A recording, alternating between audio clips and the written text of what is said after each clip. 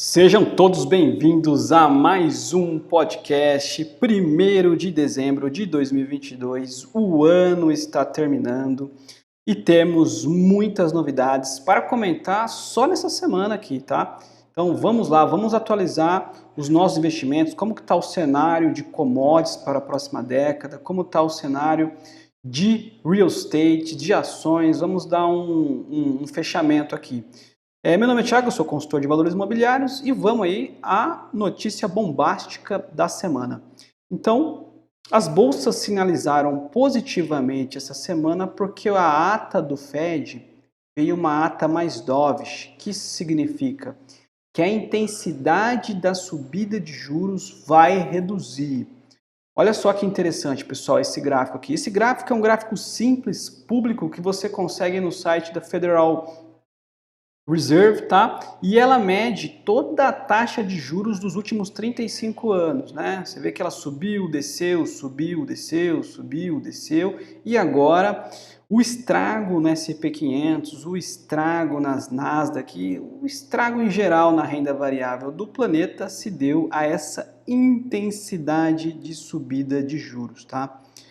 Perceba que a intensidade, a inclinação da curva, ela é tão importante quanto a taxa terminal, que é quando os juros faz platô, né? Você vê que só nessa intensidade forte, a gente já viu criptoativos derreter, a gente viu ações cair 50%, o SP500 cair 25%, e assim vai. Então, toda vez que você tem uma subida de taxa de juros, ou seja, para combater a inflação, em cenário econômico incerto, você vê um período de decréscimo dos ativos de renda variável, tá? O problema é o seguinte, pessoal, não dá para você ter uma intensidade de subida de juros dessa sem uma crise. Moedas são placas tectônicas, né? Olha só a intensidade da subida de curva de juros aqui nesses últimos 12 meses, tá? Foi maior do que 2008, tá bom? E quando você sobe os juros aqui, você causa choque, inclusive entre moedas. A Libra passou por um cenário terrível aí esses dias, porque a taxa de juros nos Estados Unidos estava muito alta. E lá no Reino Unido foi aprovada uma medida mais populista, a Libra derreteu e gerou instabilidade em um país inteiro, isso que é uma moeda de mais de 200 anos. Então quando você vê que o juro sobe, você vê quem está nadando pelado, né? Quando a maré baixa, você vê quem está nadando pelado. E aí você vê corretora séria sendo vendida, você vê corretora fake falindo e levando o dinheiro dos seus clientes, como foi o caso da FTX. E eu acho que a gente vai ver muito isso ainda. Por quê, pessoal? Porque os Estados Unidos aí, a população está num índice de maior endividamento da última década. No Brasil também, 85% das famílias brasileiras têm dívida. Agora, você pegou um financiamento com taxa de juros de 2 e agora a taxa de juros está 14, imagina o estrago na renda familiar. Isso promete trazer ao aumento da crise de inadimplência. Vocês viram que o Bradesco sofreu porque disparou a inadimplência.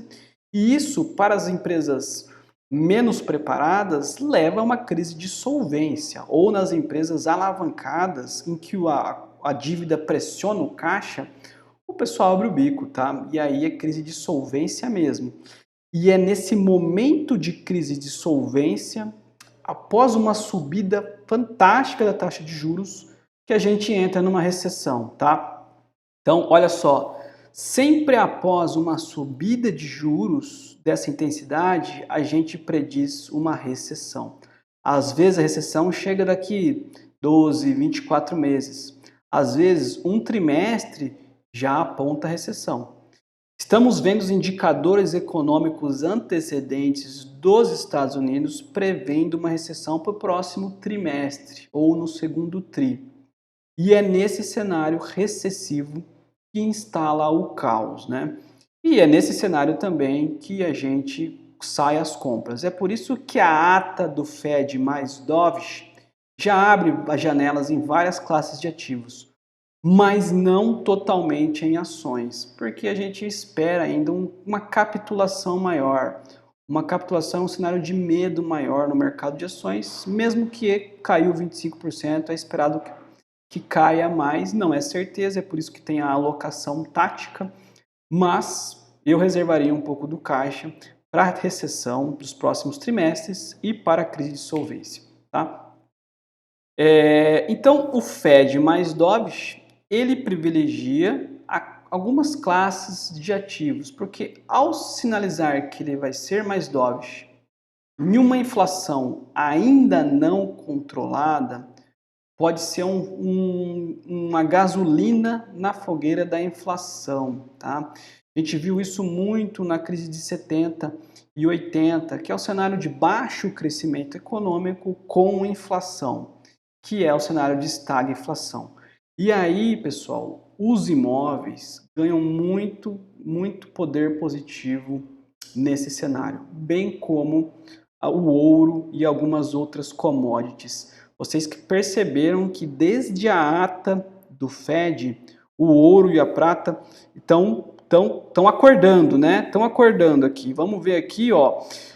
Ouro subindo hoje 3%, já chegando na barreira dos $1.800, prata voltando para $22, batendo 4% de alta e está acordando e tende a acordar os metais preciosos, bem como o Bitcoin, que é o ouro digital, né?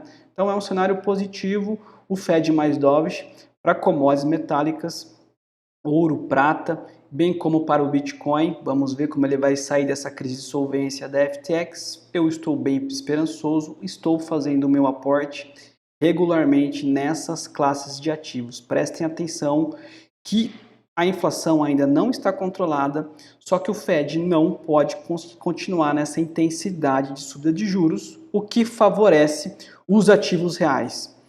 Já mostrei esse gráfico para vocês e eu volto a postá-lo. Perceba que num cenário de inflação descontrolada, tá? Analisando-se todas as classes de ativos, as que têm maior performance é o ouro e as commodities, tá? Seguindo logo atrás pelos imóveis, ó, gráfico verde. E num cenário de inflação estável, crescimento econômico bacana, quem se destaca são as ações e os imóveis, tá? Ó, os REITs. E em terceiro e quarto lugar, commodities. É por isso que a gente espera nos próximos meses e anos, por isso que tem que ter uma alocação tática em commodities, em prata, em ouro. É por isso que tem que ter uma alocação bacana em ativos reais, tipo ação, e talvez até tipo imóveis, tipo REIT, tá? E até ações num cenário de caos mais para frente, vai abrir grandes oportunidades e a gente consegue ter bons retornos, tá? Então, o que eu queria deixar dessa semana é que o platô de curva de juros do Fed ainda não chegou. Estamos subindo. Isso é péssimo para renda variável, mas é ótimo para quem tem visão de longo prazo.